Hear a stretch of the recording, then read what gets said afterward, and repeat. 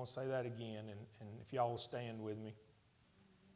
The sacrificial nature of His love is the foundation of our faith.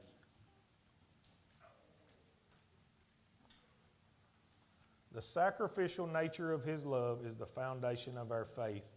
And we all know John 3:16, for God so loved the world that He gave His only begotten Son, that whosoever believeth in Him should not perish but have everlasting life.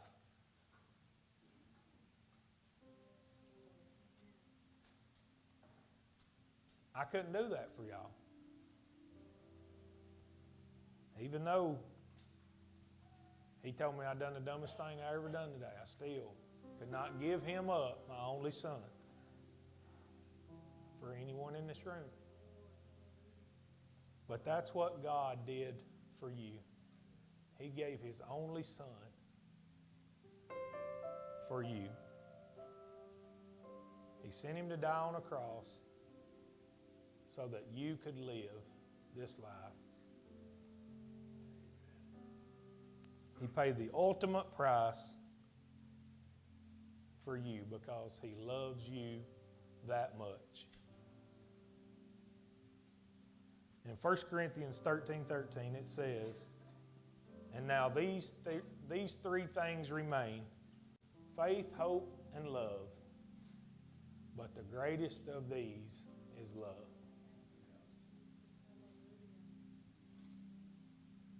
That's not me saying that. That's what your Bible says. The greatest of these is love. And I'm going to tell you a story.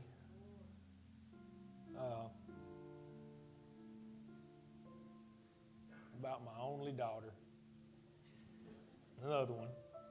I always thought it was important having kids to let them be involved on what you're doing in the church. I think it's important for kids to see their parents ministering in the church and serving in the church, and because that's ultimately what you want your kids to do. You know, you want them involved in church and you want them serving. So I always thought it was important, no matter if it was hard or not. And part of it was because my wife worked weekends and I had to take her.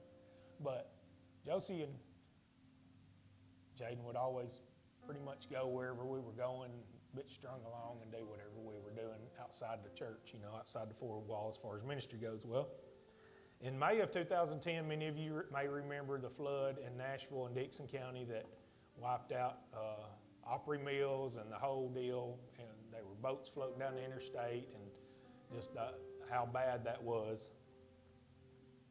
Well, after the water went down, we made a team up, and we said we're going to go to that area, and we loaded up trucks and trailers and cases and cases, like pallet cases of water, and mops.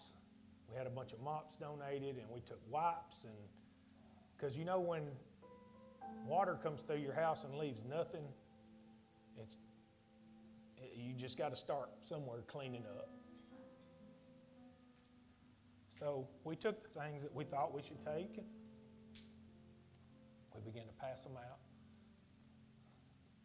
house after house, and we came to this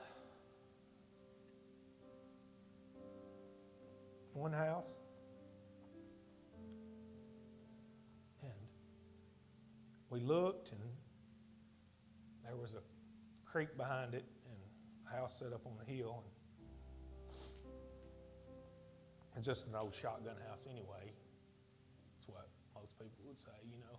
But it was all those people had. And the flood just wiped everything in their house out. I mean, there was nothing in the house. So we go to the door, and you feel kind of terrible, really.